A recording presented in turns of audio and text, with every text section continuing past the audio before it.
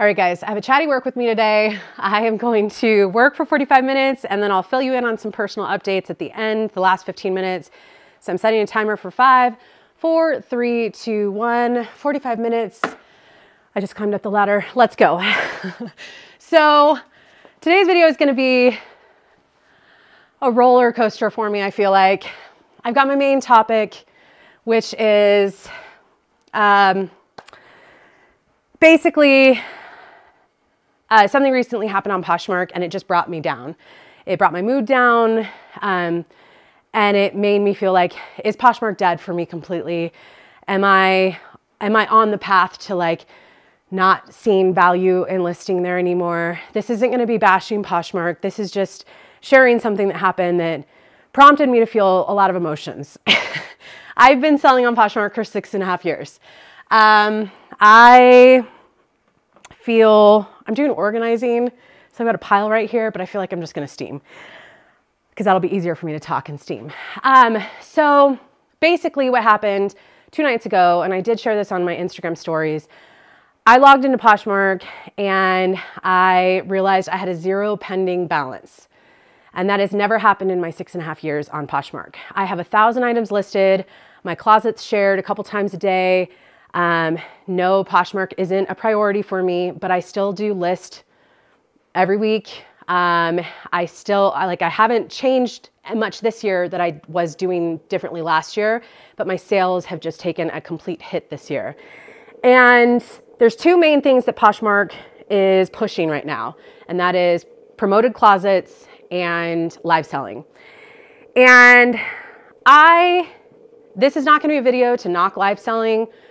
It's definitely not going to be a video to talk about promoted closets because I've heard it has not been great for the people that I know who have tried it, and I don't care to try it. And I don't think that's the thing that's affecting my sales. I think live selling on Poshmark is consuming the market. And so if you don't jump on the live selling bandwagon and you have been on the app for a long time, I know at least the couple people that I've talked to who are YouTubers who could do great at live selling, could be successful, just like I probably could be, have chosen not to for their own personal reasons. And they've been on the app for almost as long as I have, if not longer.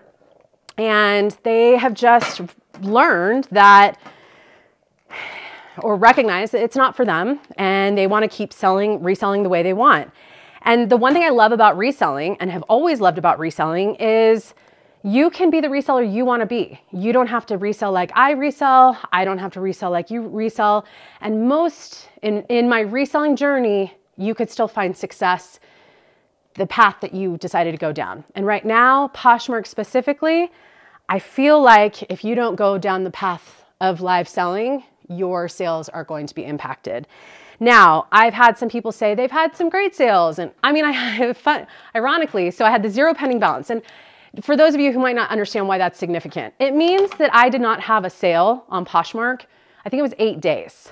I have 1,000 items listed. I share regularly. So that means my stuff is getting moved up. I wasn't ignoring offers. And it was actually ironic because it was after a weekend. I think it was Thanksgiving weekend. It was after a weekend where I actually had like a couple sales over $50. I think there was one sale over $100.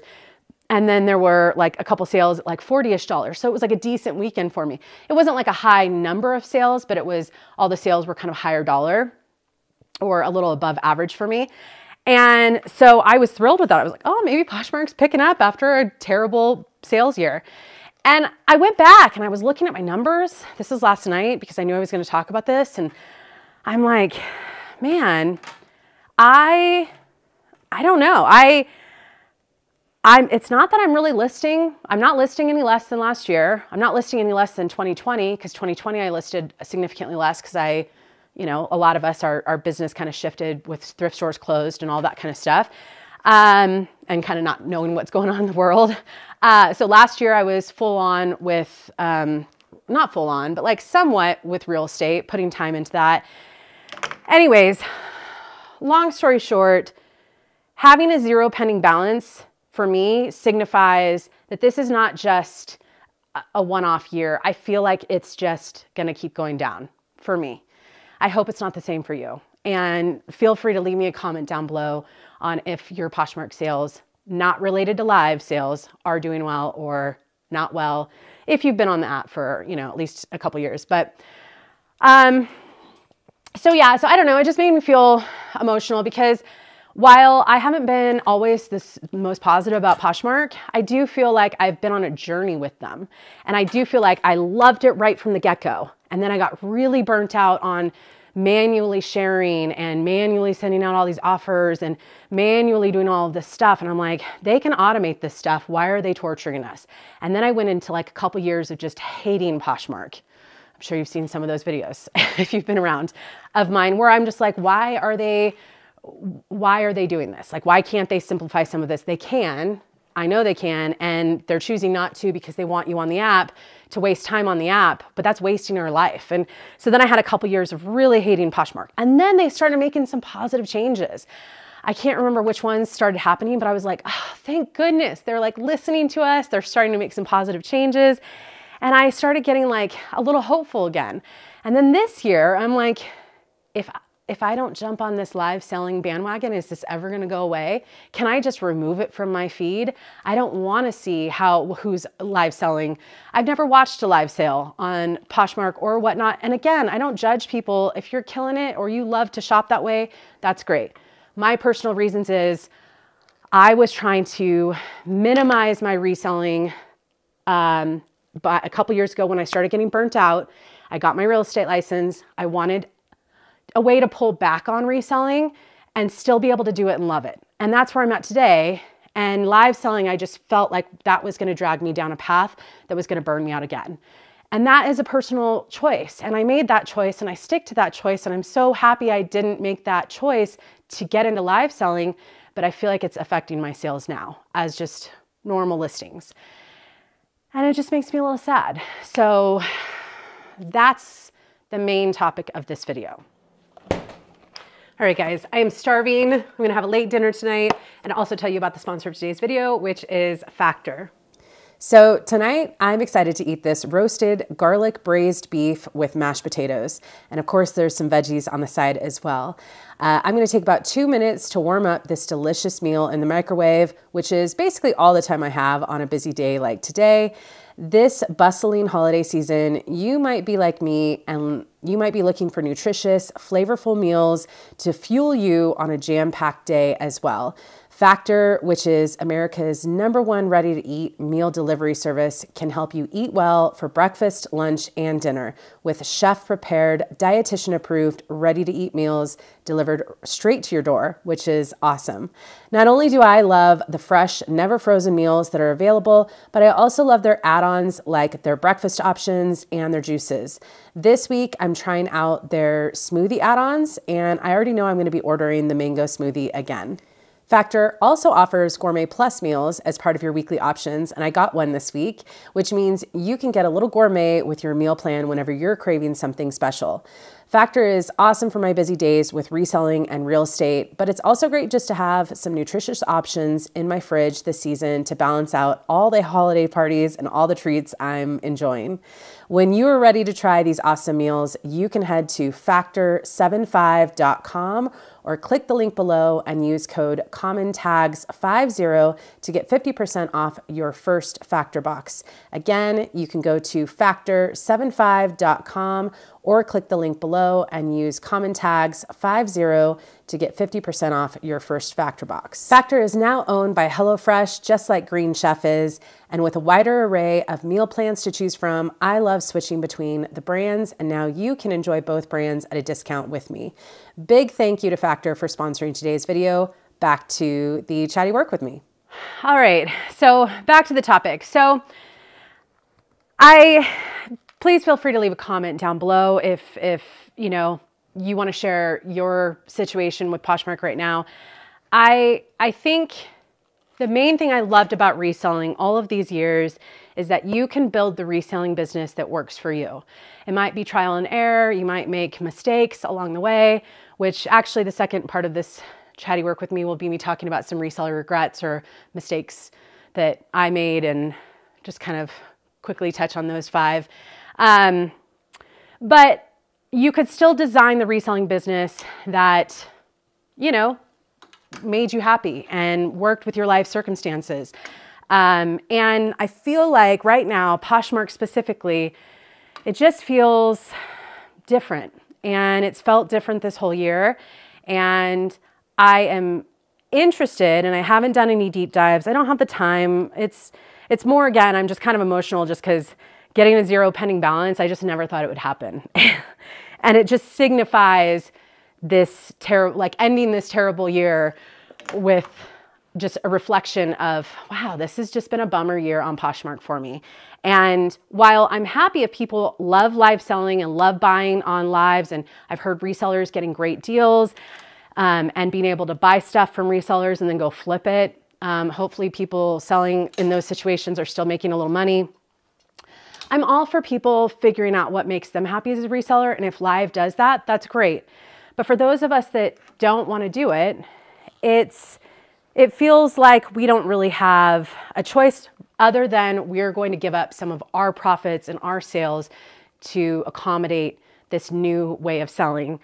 And I've talked to two YouTubers who have both been reselling the same, if not longer than me, so over 6 years. And they have big platforms. They have chosen not to do live selling for similar reasons as me. It's not that they're uncomfortable on a camera. They just don't want to, and that's okay.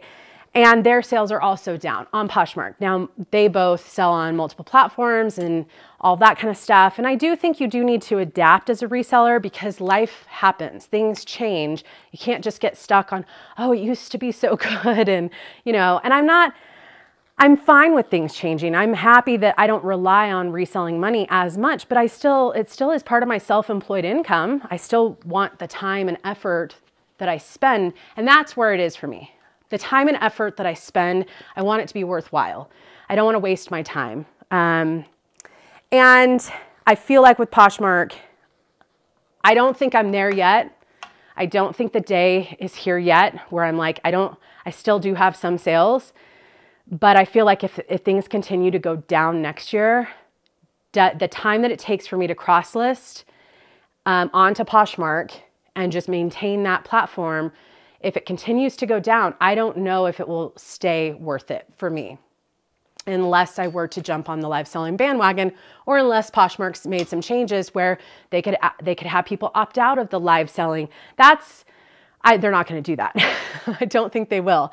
But that would be nice if I didn't even have to see live sales pop up on my feeds or get the notifications of constantly trying to pressure me to try it and check one out.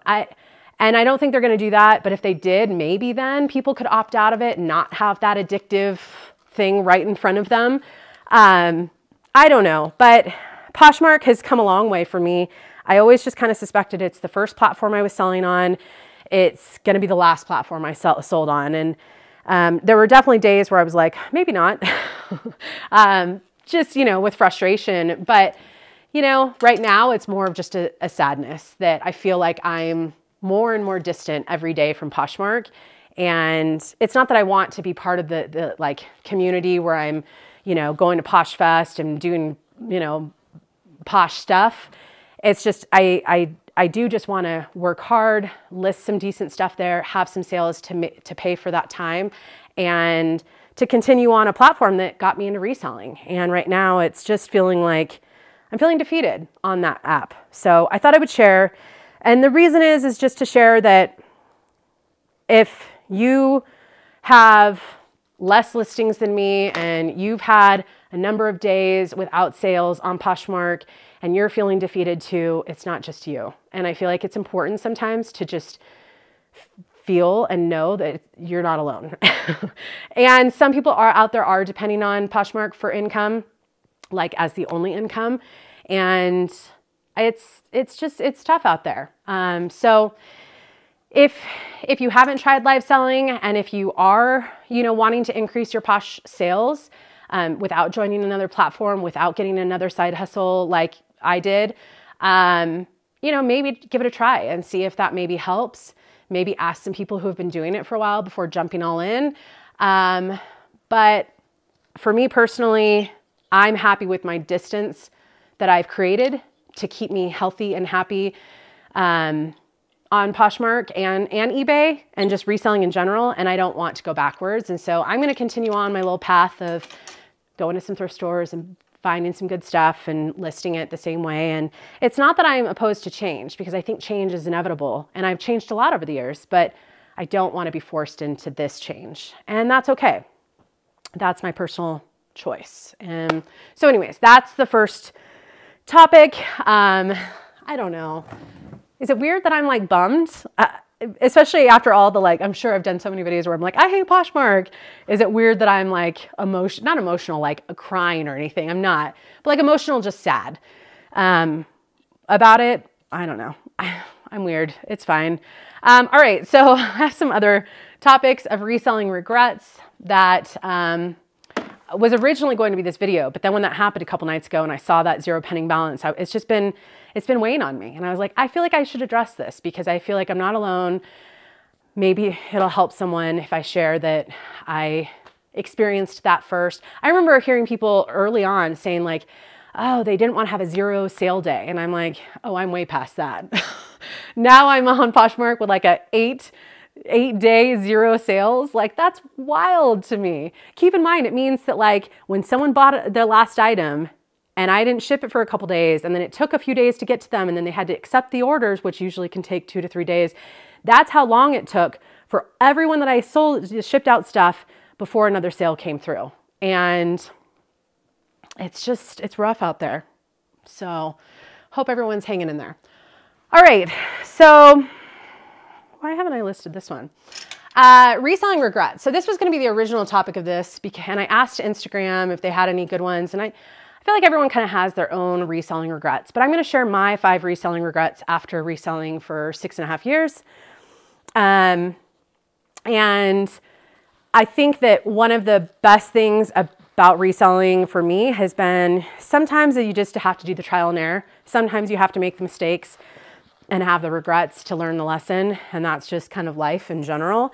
But maybe I thought I'd share my reselling regrets, and maybe if you're involved with one of these, maybe it can be your cue of like, if it's not working for you, that's okay. Like you can skip out on it and change, you know, but I don't think that any of these are not worth trying for the right people, because some of this stuff works great for some people and that's okay. All right. So first one, this is such a major one for me because, it's trying to build my inventory too quickly. So I was, full on just kind of unhappy with my own personal life in the beginning as a reseller. I had moved to an area. I didn't know anyone. It's hard to make friends here. It's hard to make friends as an adult anywhere really, but especially when you're in kind of a rural area, there's not many people around.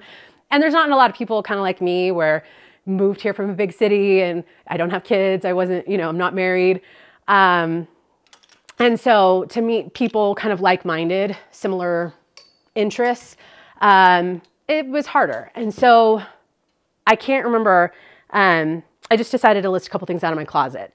And then I liked getting the sales. I was like, oh, this is fun. And they were like low dollar sales, but it was still fun.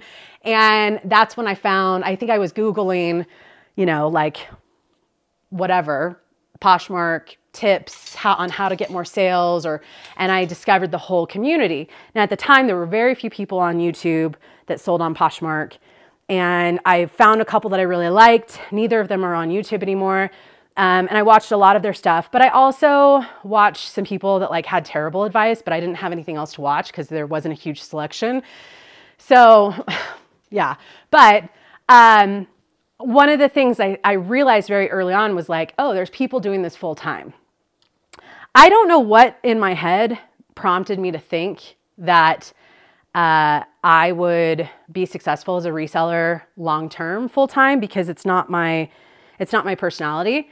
And what I mean by that is this job, while you can change things every once in a while, and while you can try new thrift stores or learn new brands, there is some newness.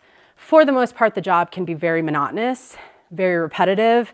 And that's not my personality. My personality is I need constant change. I need constant new things. I'm a little bit of an extremist when it comes to that. And I get bored very easily. And, but at the time I was like, this could get me out of a 3-hour commute every day if I can make this work. And so I tried to build my inventory so fast. That meant I was buying large quantities of stuff at the bins. I didn't even know how to look up sell-through rate or factor in, size matters, colors matter, styles matter. Like, it's not just a brand that you're trying to learn. There's so many different variables. And I was just buying, trying to process, list, all just to get out of a job that had a terrible commute, and I wasn't super excited about the job. I mean, it wasn't a bad job. I was in marketing, and it wasn't a bad job. It was just a long commute, and I wasn't thrilled about where I was working. And what I should have done is gone and got, like another job and then continued to do reselling part-time. But I saw this as an out. So I built up my inventory so fast. And then it took me 3 years minimum before I ever started donating stuff, donating bad buys. And it ate me alive. Like, building up an inventory from 0 to 1,000 in 6 months, while having a large inventory can help with quantity of sales, you still need items that people want to buy. You still need items that are desirable, that people are searching for. And I had stuff that it's like ThredUp boxes where I was like, well, I have it here. It was sent to me. I could maybe get a few dollars back, and I would list it and it would sit for 3 years. And then it's like, I went and steamed it and photographed it and put it in inventory, did all this work, and then I'm going to donate it. Whereas I shouldn't have listed it in the first place. For me, everyone's different, but for me, I feel like I just grew my inventory way too quickly, and that's my biggest reselling regret. Now, I don't regret going full-time, technically, but number 2 is trying to be a full-time reseller. I just touched on this a little bit, but like, I was smart enough to know that like the excitement of learning reselling will wear off. And what is the actual core job? The core job for a lot of us is doing stuff like steaming, putting things on mannequins, folding things and putting it into inventory, shipping. Yes, there's some shopping, but there's a lot of the behind the scenes stuff, and that stuff just can get really repetitive. And I wish I were smart enough looking back to go, okay, you like the shopping, you like the learning new brands, you like, sharing your experience on YouTube, and all of this is fun, but how are you going to feel in a year or 2 years? Are you still going to like the job? And I've never I can't even fathom looking back, like what was going through I wasn't going through my head. I wasn't even thinking long-term. I was just thinking here and now, this could become something. I don't regret making the leap. Maybe it was too soon, but I don't regret it because it got me to where I'm self-employed and I don't have a 3-hour commute. Reselling was getting to be very tedious with driving back and forth to LA, feeling like I was forced to all the time. I still do drive back and forth to LA. Don't get me wrong, it's still painful at times, but I don't have to do it as often. But I think that, like maybe if my circumstances were different, if I lived closer to decent thrift stores, like maybe then I could go and shop more and just buy like a couple good items each day and list a couple items each day of higher dollar and make it work. But I can't do that. Like my life circumstances, I'm 2 hours from any decent thrift store. So because of that, it's not possible for me to make the reselling business full-time that I think would make me happy in the long run. And I think even thrifting wears on me. Like sometimes you're just at the thrift stores and you're like, there's screaming people and then you touch gross things and, like sometimes you're just not in the mood to thrift. So even if I was forced to do that, I think I would be burnt out on that as well. So that's, I think my second reselling regret is emotionally or mentally thinking that full-time reselling was going to be suited for my personality type. And it wasn't or isn't. All right, this nightmare of a skirt. Some of the stuff has been up here. I'm trying to list some of this stuff that has been hanging on this rack forever, because I usually just use like half part of this rack and I just leave this other half. Anyways, it's all about organization today, this weekend. So yeah, so there are other people out there that kill it, that have been full-time resellers and love it for 20 years, specifically eBay people, because Poshmark hasn't been around that long. And it works for them and it works for their personality. They've made it work. So I'm not trying to dissuade anyone or discourage anyone. Is dissuade a word? I'm not trying to discourage anyone from trying to become a full-time reseller.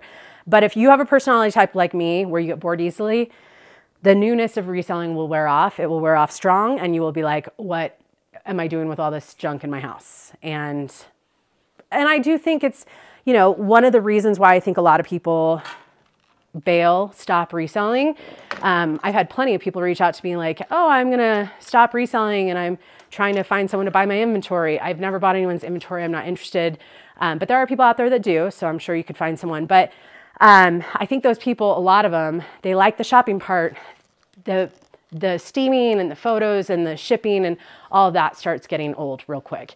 And, you know, but I think there are ways around that, you know, like if you still want to be a full-time reseller and you are starting to get burnt out, I think there's ways to get around the like annoying part of the job, you know, by using buy-sell trade stores, or maybe just going thrifting more for higher end stuff and that type of thing. But for me, that wasn't an option. So here we are living our best life.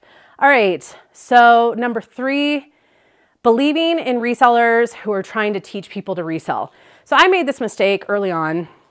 Like I said, there were a couple of resellers that I think had a lot of strong advice, and I really liked them and I felt like I could trust them. And then there were some resellers that I watched early on that was just, they were making content and they were just trying to get clicks. And look, I don't knock people on YouTube. Like that's kind of the point. You're trying to beat the algorithm. You're trying to grow your channel. You're trying to get views. I don't knock people for making content that's like clickbaity or making content because they feel like they have to. It's trial and error on YouTube as well. But it's like I can just smell the desperation from so many people just, oh, I need to think of a video. I've got to do 2 videos every week and I've got to think of a video, and oh, let's talk about this topic today. And so they talk about a topic and it's like they start sharing stuff that they think either they heard from someone with no proof, they have no proof, but they start getting very convincing. It's like all sales, right? Like, you know, I'm always just here trying to go like, hey, this works for me, or oh, this didn't work for me. It might not work for you. I'm not telling you should do this. I'm just sharing my journey. But there are people that genuinely are trying to teach people to resell. And I'm not talking about like, here's how to, you know, learn shipping on eBay. Because there are some technical stuff that I think I even have gone to. Like the first time I wanted to run a sale on eBay, I was like, oh gosh, how do I do that? And I went and watched a couple videos and I was like, yeah, these are informative. I'm not saying that you can't learn anything and that YouTube isn't helpful at all in reselling, but I do think that there's a lot of terrible advice out there. There's a lot of people saying strong statements that can get in people's heads. Like number 1, you know, oh, you got to share other people's stuff. I can't tell you how many times I heard people say you have to follow for follow on Poshmark, or share other people's stuff on Poshmark. And then that just gets repeated and repeated and repeated. And it's like, well, you heard that from someone, but do you know why you're doing it? Did they give you any proof? Do we have any reasoning behind this? So then it just like bad advice just keeps getting cycled through because it's what happens. So while I think there's some great people on YouTube, I think the people that I have found work best for me, that I've watched in the reselling space, have been the ones similar to me saying, I'm sharing what I'm picking up, selling, my mistakes that I'm making, the things that are working well for me, maybe something I've tried recently. They're sharing their journey, but they're not telling you how to be a reseller, if that makes sense. And it's different to like answer questions. Like obviously, sometimes you get questions and it's like to answer the question, it might sound like you're giving someone advice because that person is asking you, but kind of different of like the people who are truly like, I want to teach you to be the best reseller out there. And it's like, the way you're going to be the best reseller out there is to kind of learn for yourself, because what works for them probably isn't going to be the same for you. So that would be my third reselling regret is I just remember this one woman and she's not on YouTube anymore. She was a little older than the two YouTubers that I liked in the beginning. She was a little older. She wasn't, I don't think she was full-time. She wasn't full-time. She had a job. I feel like she was in the Bay Area. And I love data. Like a lot of marketing, it's not like making cute stuff. Real marketing is just a lot of data analysis and, you know, using that data to make informed decisions to do different types of things like different campaigns, et cetera. But it's a lot of analyzing data and talking about data. And so I love data. And this woman, these were the early days of Poshmark when I wasn't even on eBay. And she was like trying to explain things and she would make up data. Like looking back, I now know she was just making up data. She was using her own like experiments. It wasn't A/B tests. If you don't know what that is, it's fine. But it wasn't like, it wasn't official. It was just her trying to sound like she knew what she was talking about.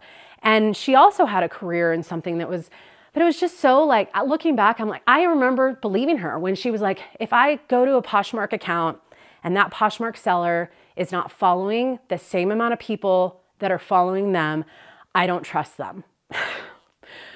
Okay, let me just tell you, like, basically what she was implying is you should follow for follow and you should be a good member of the Poshmark community and that is going to help you with your sales and here's why. And then she would like make up data and it didn't make sense. It was just talking to talk, kind of like I'm doing right now. So, you know, if you want to skip out, that's fine.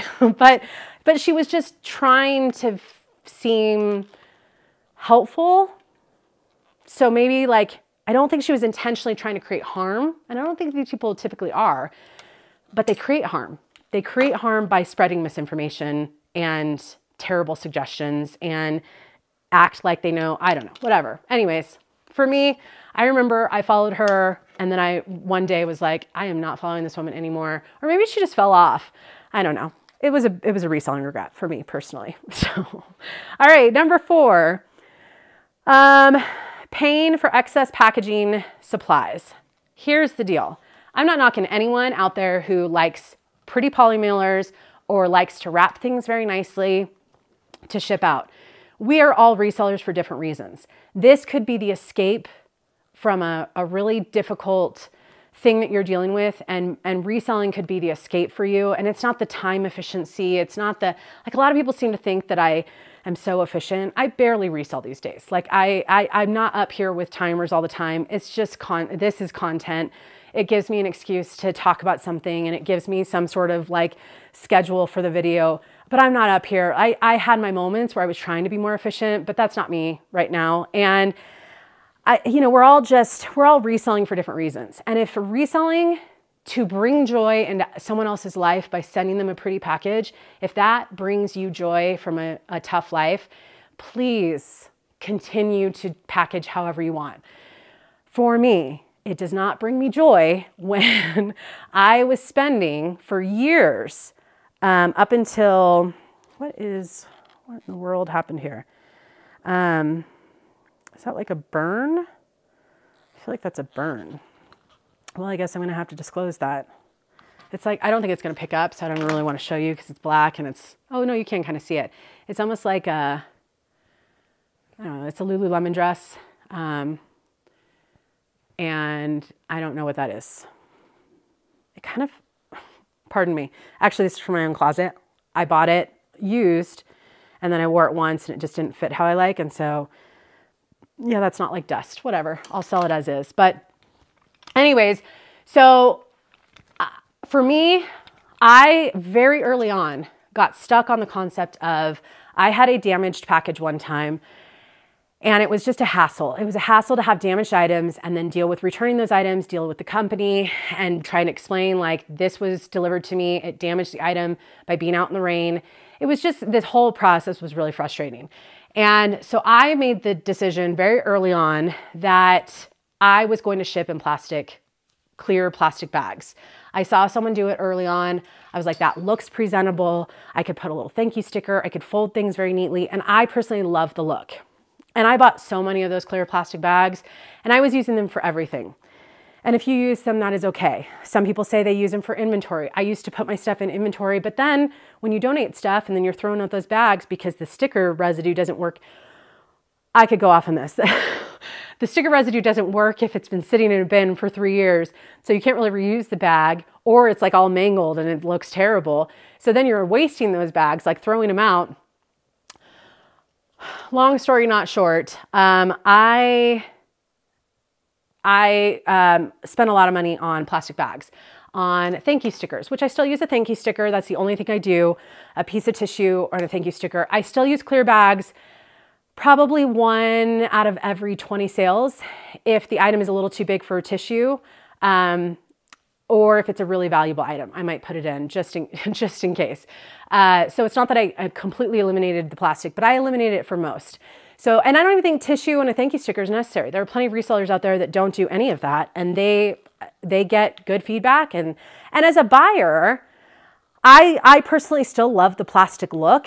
It's excess plastic that's not needed. I acknowledge that, but I do like the look. It just looks presentable and it ships neatly. But as a buyer, the only thing I'm expecting is, did the item that I ordered, did it get to me in a timely fashion, in the condition that it was described? And if those two things happen, I don't really care how it was packaged. I'm not giving someone better feedback because of how it was packaged. Now, I know plenty of people who get amazing feedback, like, oh my gosh, it was packaged like a present and it was so fun to open, or oh my gosh, I loved the Polly Miller with the donuts, or like whatever. I'm sure there's positive feedback there. And again, if it makes people happy to do it, that's fine. And if you want to spend your money on that, that's fine. I spent a lot of money on clear plastic bags, even buying in bulk. And I don't think it was, if I had definitely over $1,000, maybe 2,000 over, because I really only started using tissue like a year ago. And that was a really hard thing for me to shift away from. It's silly. Like, why do we get stuck in the way we do things? I love it when my computer decides to go to sleep. It's like, I also want to go to sleep, computer. It's not even, it's dark out. It's like a cloud. I'm up in a cloud right now. So it's just, there's no natural light. So I have the light on, but it's actually only like 3:30 or something. It's not late, but I'm tired. I could use a nap. All right. So that is number 4. Again, if packaging supplies makes you happy and you want to spend your money on it, by all means. But for me, it was a reselling regret to spend any excess money on supplies when I didn't need to. Because I could have done a lot with that $1,000 to $2,000 on other stuff, not on packaging supplies that really didn't make that much of a difference. All right. Number 5, not donating bad buys soon enough and often enough. Oh man, we're ending on my favorite, partly because I've got a big pile of stuff right here that I'm going to donate because I was trying to organize up here. I think one of the biggest problems as a reseller, our mindset is we see value in almost anything. I could have a yard sale. If I don't sell stuff online, I could have a yard sale and make a couple dollars per for some of the items. I could take them to buy, sell trade stores. I could go through this whole cycle. You clean out your closet. Oh, I don't even sell hard goods, but I'm cleaning out my kitchen right now and I could sell this hard good. Like you have the mindset always that you can make a quick buck on anything. I have learned it's not always a quick buck. And is it worth the time? I don't think it is all the time. And I think it took me way too long to realize just because I have space does not mean it's not going to create chaos for me in other ways. So I always kind of had the mentality of like, I've already put in the work.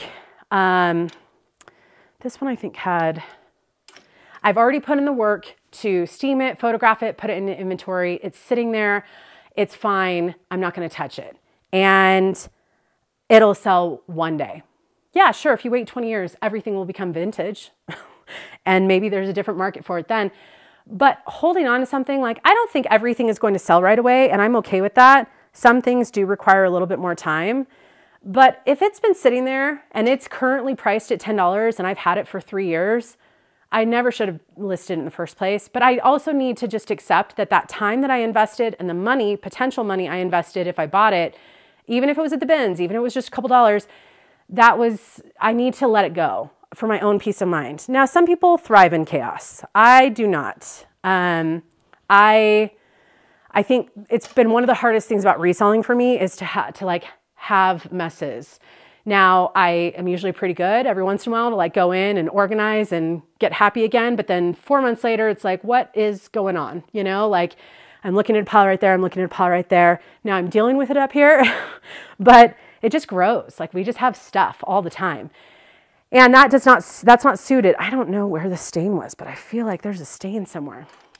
So we're just going to put that aside and look when I have more attention. Being able to get to the place where I can feel comfortable just taking stuff to the thrift store. I also never take them. I never donate at thrift stores that I like to thrift at, which sounds strange, but I typically will donate in my small town if they even allow donations, which half the time they don't. But I try not to take them to thrift stores that I want to thrift at often, because then I feel like I'm just going to keep running into my own stuff. Kind of why I don't send things to ThredUp, because then that stuff might end up in my ThredUp boxes. Like I'm not going to send junk to ThredUp because then what is the expression? Don't shit where you eat kind of thing. Like I'm not going to take my junk that I don't think is worth selling to a thrift store that I want to find good stuff, because maybe that's going to fill up space that could be good stuff, and I'm just contributing to less good stuff, if that makes sense. So anyways, not only did it take me too long to realize it's okay to donate, it's okay to just get rid of stuff, it's going to feel much better to have some organization and just move on and accept that I'm not going to have all the best buys and I'm going to let things sit on a rack for too long and it's going to be okay. That's, I think, a process that was really hard for me to accept, and I think it's hard for a lot of resellers to accept, is just, it's okay to donate. You don't have to try and make a buck off of everything. And also the constant donation. Like every 6 months now, I'm like, how can I throw things out? I'm not saying throw out in the trash, but like, how can I get rid of some stuff? Because I want less stuff. And I brought down my inventory. I'm now just under 1,000. I've been there for a while, like this year. And I purged a whole bunch of stuff, like hundreds and hundreds of items. Again, items I probably should have never listed. And it's hard. It is hard because that also takes time to organize. But I think peace of mind, again, I grew my inventory too quickly, trying to be a full-time reseller. I believed, I'm going to combine all this. I believed a lot of people on YouTube that I shouldn't have. I paid for way too much excess packaging supplies for inventory that I was just going to donate 3 to 4 years later and accept the fact that it's a journey. It's been a journey. And that is the thing. I can't emphasize this enough before jumping into personal stuff here in a couple minutes. Sometimes you need to learn these mistakes on your own to understand them. And I think that if you are sitting there with way too large of an inventory and you're like, I just have that feeling of I've already put in the work and it's fine, it's just sitting there, but you need someone else to tell you like it's okay to go in, like some of that stuff's been sitting there for 3 years, you can get rid of some of it. If you need that encouragement, I'm here to encourage you to say, there's been nothing better than like getting rid of purging some stuff as a reseller, and I don't miss that stuff. And it's been part of my journey. And that is a-okay. All right. So I think we've got a couple more minutes. Here are 10 things really quickly that other people told me on Instagram that were their reseller regrets. Not accepting first offers. The first offer sometimes can be the best offer you'll ever get, but sometimes it's not. I think just in general, not accepting offers more often. I think that was also a tough lesson. Like if you can accept it, like, are you really going to counter over $5? Is it worth it? Even if it's like, I'm not saying accept lowball offers, but if you can accept an offer and it's somewhat reasonable, you know, minimizing the countering is, in my opinion, a good thing. Not shopping at the bins sooner. The bins isn't for everyone. For me, I wish I shopped there sooner because I would have wasted less time and money on regular thrift stores when I was trying to grow my inventory too quickly. But it took me about 5 months before I went to the bins, 4 months. And I was scared of them because of a YouTuber who gave me bad advice. But yeah, I mean, if you go a few times and you realize you like it, I think it's worth trying a few times for every reseller. And it may be terrible, and that's okay. It doesn't have to work for everyone. Not saving before going all in, and now having to depend on a roller coaster and accept lowballers. Yeah, I wish I would have saved more before going full time or trying to go full time, because it is a roller coaster of sales emotions. And, you know, if you're going to have a slow sales month, you hopefully want something in the bank to pay bills. Number 4, all the things I picked up and haven't sold in a year. I don't know. I've had some really good sales that have taken 2 years to sell, and they need the right buyer. So, but yeah, preferably I would like most of my stuff to sell in less than a year, if not less than 6 months. That would be nice. There's my timer. All right, I'll just do one more of this. Not understanding the in and out of sourcing and picking up bad items. Yeah, that was me growing my inventory too quick. I picked up a lot of bad items. I didn't understand the ins and outs. I was learning and growing too quick. So those are some of the reseller regrets. I will update you on some personal stuff now downstairs. All right. It wouldn't be a personal update without talking about the dogs. And one of them just got neutered a few days ago, and he is wearing a snazzy little vest so that he will not lick his area. Right, bud? Can you sit back here with Luna the dog? Okay, sit right there. That's fine. You can awkwardly be in the camera. Okay, so Courtney, you have a Christmas tree. Yeah, I bought this last year at a thrift store. It's a pre-lit tree. It was great last year. I was so excited to put it up this year. I even put it in my shed to save all year instead of donating it and rebuying a new one, because it's the perfect height and it was just so easy, plug and play. Well, that guy that's walking away from me right now ruined it this year. He ruined Christmas. He has been so hard. One of the reasons I got him neutered, not that that will correct any of his issues, because it will not. Hey, bud, can you bring that to me? I don't want you chewing. He's going to chew the bone. I don't care. He's just been so destructive. He also decided to start getting a little frisky with the ladies, a lot frisky with the ladies, and that was embarrassing. Specifically, Heidi, who I mentioned in my Q&A. I think she's been on one or two of these videos accidentally. But anyway, she comes over a couple times a week, and she is the dog of the guy I'm dating. So all 3 of them don't get along together, but all of them separately or individually get along. So like 2 dogs at a time, all works great. 3 dogs, these 2 turn into pack animals and want to attack her. She also was scarred from her early puppy days of being attacked and actually having to have bone surgery because of those injuries as a pup. So it's actually a really bad combination. They're all doing great in pairs. I really don't know what to say other than this is not going to be a complete dog update. I'm just going to run through a few of the things, the Christmas that he has done. Luna, she's imperfect. She's 6.5. How old are you, Boo? She's 6.5. She's starting to like wean a little bit on her energy level. She's still a high energy dog, but she's the easiest out of the 3. Let's just say that. This guy, so he decided one day, I was thinking about getting a doggy door so that the dogs could go in and out when I'm not home. And so I have tested the waters by leaving him out of his crate a little bit with Luna. And I've got my Furbo camera right there so I could kind of spy on them. And there were no issues except one day, right after putting this up, I came home and there were chewed wires. Here's one. Chewed wires from the cord that goes into the wall. He chewed the cord off. Boo, I don't need you right here. I know, I'm talking to the camera again. He chewed the cord off. The ironic thing was the plug, the thing that goes into the wall with the big plastic thing and then the metal prongs. Can you dogs go elsewhere? Back here, somewhere? 2 dogs is a lot. So he chewed the cord off, so completely off, like in pieces like this. But also I could not find the plastic thing with the metal prongs. So that's either in his stomach, and I almost had a mild panic attack thinking, if that's in his stomach and he starts getting sick and I have to take him to the emergency room and pay thousands of dollars for him to have this potential thing taken out of him, I will lose my mind. Luna, can you sit back here? I know, thank you very much.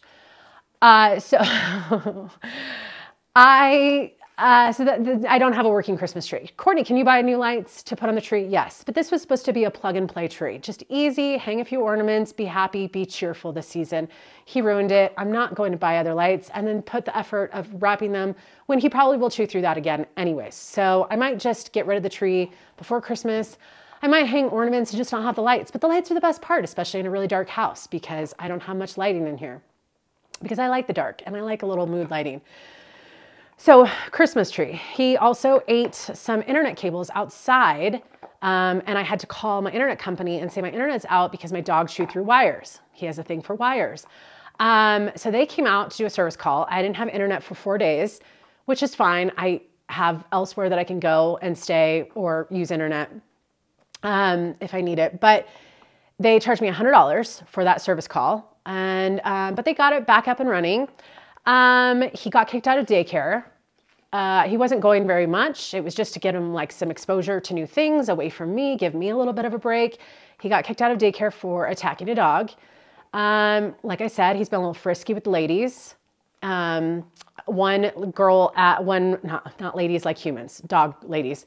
One puppy, not puppy, like about the same age as him, so just under a year, at the park that they still had not spayed that dog, their dog, and he hadn't been neutered. And we were like, oh my gosh, we do not need puppy. And so he just kept like zoning in on her. He would get these like big eyes and he would like, couldn't think of anything else. You'd pull him and he'd be like, oh, like he was just crazy. Same with Heidi. He would just get so crazy. And she is spayed, but like, so I'm not worried about like any puppies, but he went crazy. And then most recently, he decided to open an Amazon box that was outside that they had put over my fence. And he took it upon himself to open my Amazon box, which I thought originally was just vacuum bags, which are for an expensive vacuum. And I bought the actual branded bags, the Millet bags. And because my vacuum stopped working, and then I was like watching YouTube videos, trying to get it like working again so I didn't have to take it somewhere. And everyone was like, get the branded bags. So I spent $24 on these branded bags. And what I really needed were the 2 filters inside. And he took it upon himself to open this box and shredded the vacuum bags and the filters everywhere. So $24 down the drain. What I didn't realize immediately until a few days later was also what was in that were air tags. Luna, can you come here? Come right here. Come. I want to see your, well, I can't, no, not you, bud. On her collar, because I only salvaged one, is an air tag. So I don't let Luna off leash because she's a runner. I'm letting him off leash every once in a while, but he's not the perfect at recall, but we're working on it. And this is on trails where there are no people, and it's just, and then Heidi, Robert lets off leash when there are no people around. And, but again, you don't want your dog to run and chase a squirrel and then they get lost and then you can never find them. So some people, you can attach an air tag to your dog. And that way, if they go running for the hills, you can look them up on your phone. So I thought, well, I'll get the 4-pack instead of just 2 individually. I'll get the 4-pack and each dog can have an air tag. The 3 dogs can have an air tag on their collar, just peace of mind. And then I could just have an extra one just in case for like luggage or something. Well, that was in the vacuum box as well. And I didn't realize it, but I only found 2. One he chewed, chomped up and is not working. 1 perfectly fine. That's on Luna right now. And then 2 are missing. They're either in his stomach, highly possible, or they're in the dirt somewhere, which I looked a lot and I couldn't find the other 2. And they're not super small. And they're white and silver, whatever. Anyways, so he's on, that was basically a $100 box he destroyed. And all I got was 1 air tag out of the 4-pack. So he's just been terrible. He's in the terrible teenage years of a dog. He's almost 1. And he's just been really tough. So I got him neutered finally. I was trying to get as close to a year as possible. And that will not solve his issues. I am hoping to do some training with him. I'm still trying to take him out to get exposed. Like if I go to a restaurant, there's a patio, I'll have him sit there. I'll let people come up and like give him a treat and say hello. And so I'm still working on things. Just like I'm always taking Luna out, like they could be backyard dogs. And I think ultimately they're mostly in my yard in a fenced in area and safe. Dogs, you're not gonna get weird. Go somewhere. He got 2 new toys. Because of his surgery, he can't play with Luna. And so I had to get him some chew toys. And right now Luna's just egging him on like, I would like that, which she doesn't even like toys, but whatever. Anyways, the dogs are fine. I'm exhausted by having 2 dogs. And I know someday, maybe in a few years, I'm going to look back at this and be like, man, were puppies really that hard? And then I'm going to watch some of this footage and I'm going to remind myself, Courtney, go watch some of that footage when he was around, because it will remind you you never want another puppy or dog again. Because 3 right now is a lot, and that's where we're at. So that's most of my update, because that's been most of my life these days. Let's see. I closed a house this week, so I currently have no escrows. And the exciting thing is I hit the minimum award level of Berkshire Hathaway, which is my brokerage. That's the real estate agency that I work with. They have awards every year, and it's all based off of commission. And the minimum award is the Honor Society. Now, I'm a part-time real estate agent, so any award would be awesome because it means that I sold enough to meet any level. Well, the Honor Society, come here, bud, come here. You've got this toy right here. You don't need the one that she's playing with. So Honor Society is the lowest level of awards, but it means you get recognized at our awards dinner, which is I think in February. And all it's based on is you have to have, the minimum is $75,000 in commission. Now, before anyone's like, wow, that's a lot, or wow, that's not a lot of real estate agents are like me and they're part-time. They just do this for extra income. And a lot of agents don't even sell 1 house a year. So to have that much commission, it means that you've sold enough houses, or you just sold one really big house. But for the most part, I think I sold 8 properties this year. And that's not bad considering it's my 2nd year as an agent. Last year I sold 2, this year's 8. This has been a really tough year in real estate with low volume of sales for most people. So I'm pretty happy with it. I just think I passed the 75,000 mark. Now that's before I pay out my broker, so that's not what I was paid, but I still sold quite a bit this year to at least hit that level. And that's just meaningful to me because I know some people are asking, is being a real estate agent worth it? I've touched on that briefly. If you have a way to generate leads, yes, it can be worth it. If you think that leads are just going to find you and you're not going to have a strategy on how they're like going to find you, then good luck. It's going to be 4 months of getting your license or more if you don't pass the test the first time. And then it's going to be a lot of money that you have to pay into joining your local association. Bud, come here. Oh gosh, it's so cloudy outside. So it's cold and like 40 degrees. We really haven't had too cold of a winter yet. So come here, bud. Come here. You can come sit in my lap, right? You can come right here. I know you can't get too excited. You're recovering. So I think real estate can be awesome, especially with reselling, if you know what you're getting into and don't have false expectations. And it took me almost a year before I had my first sale. And my whole goal was just to make YouTube content and hope that people that were looking for this area would find me. And it took a while, but it's finally started to work out. And I haven't spent too much time on those YouTube videos. I probably should do a new real estate video, but people can still find me from my old videos. And it's been a lot of fun just to get out of the house, work with some people. It's a stressful job because there's a lot that can go wrong. But I'm professional, I work really hard, I'm honest, and I think that's really what has helped me with that part of my career. And who knows? I mean, I'm always just kind of like, right now it's working for me. I don't know where I'll be in 5 years. Will I still be in real estate? I don't know, but it's good for me right now. Will I still be a reseller in 5 years? I hope to some degree, yeah. Will I still be on YouTube in 5 years? That's going to be that's a lot of more videos. But yeah, so my car camping channel, I don't know what to do, to be honest. And I'm more or less just going to like share this here because Robert doesn't watch this channel. But I think what's hard is my car camping channel.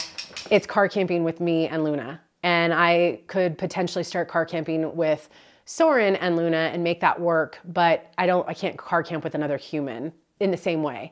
And I think that channel is really supposed to encourage specifically women, but really men or women, to get out. If you have a small SUV, you don't need some crazy build. You can get out and buy a few things and have a car camping setup and get out and explore, whether it's on the weekends or, whatever.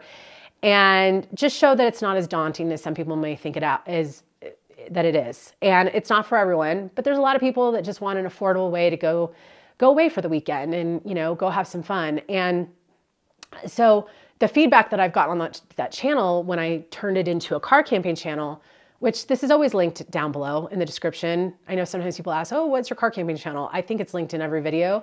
I don't talk about it all that much because right now I don't really put too many videos up. But now that I do camping with another human and sometimes dogs, I don't really want to film us and like spend the weekend filming us because it changes the dynamic. It's one thing if you're camping by yourself, you have nothing else to do but like set up the camera and the tripod in different ways and get different footage. But when I'm camping with someone that I'm going away with and wanting to spend the weekend with, and he works and I work, like we both work a lot, and like to have that time together, it's like I don't want to then shine a camera on us and take away from that. So I don't know what to do with that channel. I don't know if I should flip it into something else. Then I would have to think of what else what you guys can leave me below. If you can think of anything I should turn it into, or if I should just start car camping again without him on weekends that he's doing something like riding his dirt bike or his mountain bike with his buddies. And then I go out camping still. I don't know. I haven't figured it out, but that's just more of a for fun channel anyway. So I am out of time. I'm sure there's more I could have talked about outside of just dogs, but right? But I'm gonna get to these two, get them fed, so they'll leave me alone maybe. And that's it. Be sure to hit the thumbs up. I'll see you in the next video, probably a bins haul next. And I hope everyone's having a wonderful holiday season. I will see you soon. Bye.